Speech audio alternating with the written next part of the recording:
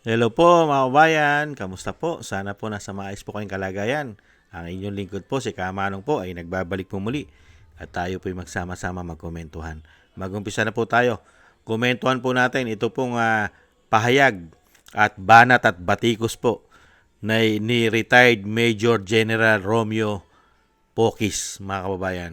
Ito po, basahin po natin ang kanya pong pahayag sa social media at komentuhan po natin, mga kababayan. Ito po, umpisahan po natin. Ayon po kay retired Major General Romeo Pokis, basahin po natin ang kanya pong banat. Pinatalsik ninyo ang isa sa naiiwan na mabuting congressman na nagsiwalat ng pandarambong sa kamara. Tapos, gagastos kayo ng 200 million para piliin ang kapalit niya na maaaring katulad rin ninyong mandarambong. Retired Major General Romeo B. Pokis, mga kababayan. Tama po yung sinasabi ni General mga kababayan. Pinatalsik po nila ang isang napakatino na congressman na si Kiko Barsaga ng Cavite. Hindi po ba?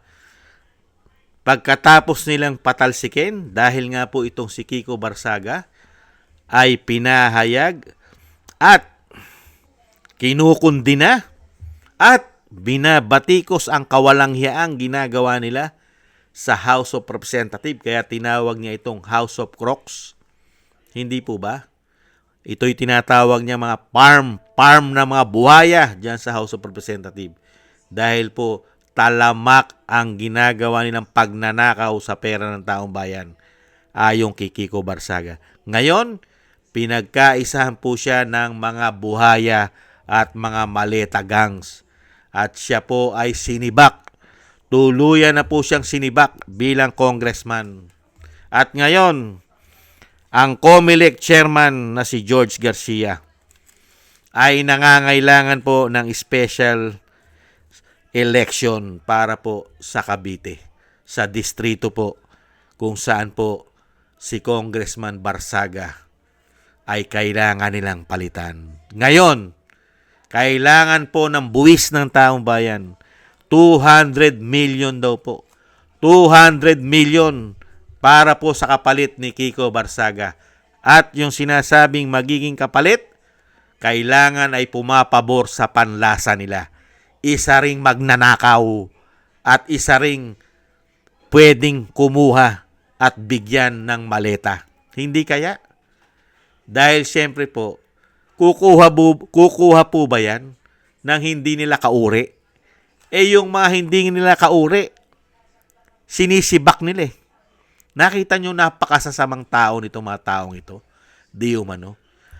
Halal ng bayan Si Kiko Barsaga ay binoto ng kanyang distrito. Nanalo siya.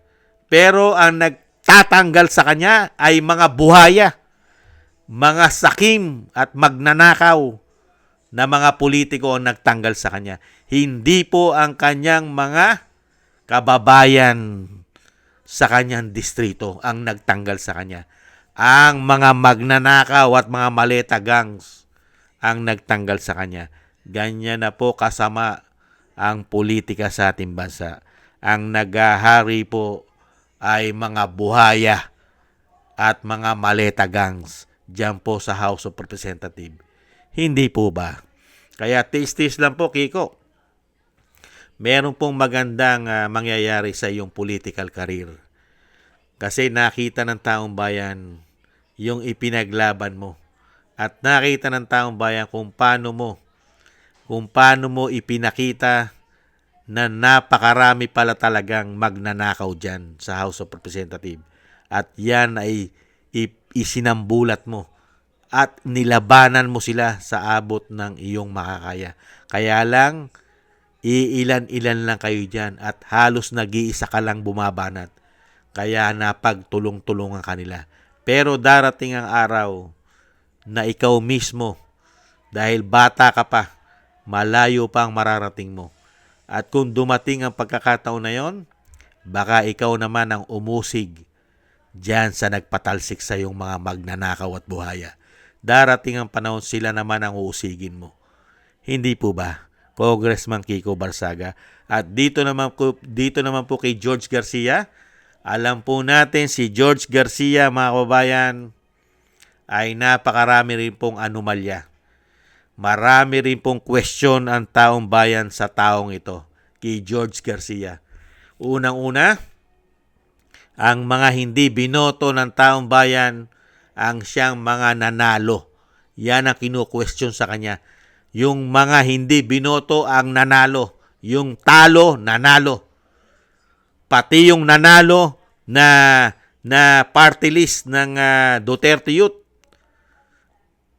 hindi pinaupo.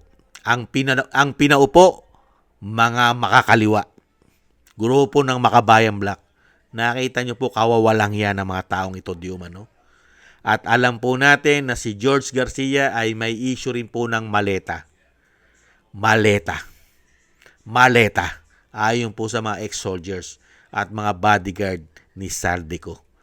Hindi po ba? Kaya darating din po ang panahon para kay George. Bilog ang gulong, bilog ang mundo.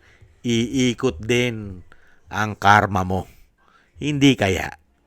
Maraming salamat po kay retired Major General Romeo Pocis.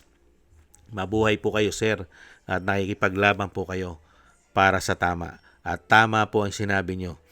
Merong isang mahusay at tapat na congressman, sinibak nila. Ngayon gagastos pa ang taong bayan para po sa kapwa nila magnanakaw ang ipalit. Di umano. Talaga pong puro pahirap ang ginagawa sa atin ng mga hayop na yan. May araw din po ang mga hayop na yan. Maraming salamat po at sana gusto po ng ating Tambayang Makabayan sa YouTube at TikTok at ganoon din po sa ating mga subscribers at patuloy na susubscribe sa mga nagko-comment, like, share, and subscribe. Mabuhay po kayo. Shoutout po sa inyo lahat. At shoutout din po sa mga nagbibigay po ng tulong at biyaya. Shoutout po kay Eric Hershaw from Canada, kay Jem Aris from United Arab Emirates, Annie Jo, kay Norma Garcia, Mary Natividad Blinden from Netherlands, Gayat Sena, Tatay Nick from Toronto, Canada, kay Jesus Valdipena, Rolando Guerrero, Mila Yi, Felipe Shapno from Texas, USA, Rolando Timbol from Alberta, Canada, Ma'am LB and Sir Manny from North Miami, Florida, USA, Melchorita Espinosa from Orlando, Florida, USA, Arthur Estraniero from USA, Randy Crispino from Pasig, Mika Ligaspi, Tessie Mantilla from Kuwait, Frank Zamora from California, USA, Romulo Di Vinagracia from Bacolod City, Kingston from Hong Kong, Jake Yahut from California, USA, Gina Ray from Berlin, Germany, Julieta Silona from Sydney, Australia, at Baby Roman at Ate Isa from Cagayan, Bali. Maraming salamat po sa inyo. Shoutout po sa inyo lahat. At ingat-ingat po kayo sa inyo po mga paggawa. At God bless po sa inyo lahat. Taste lang po tayo mga kabayan. Taste lang po tayo. Paalam. Bye-bye.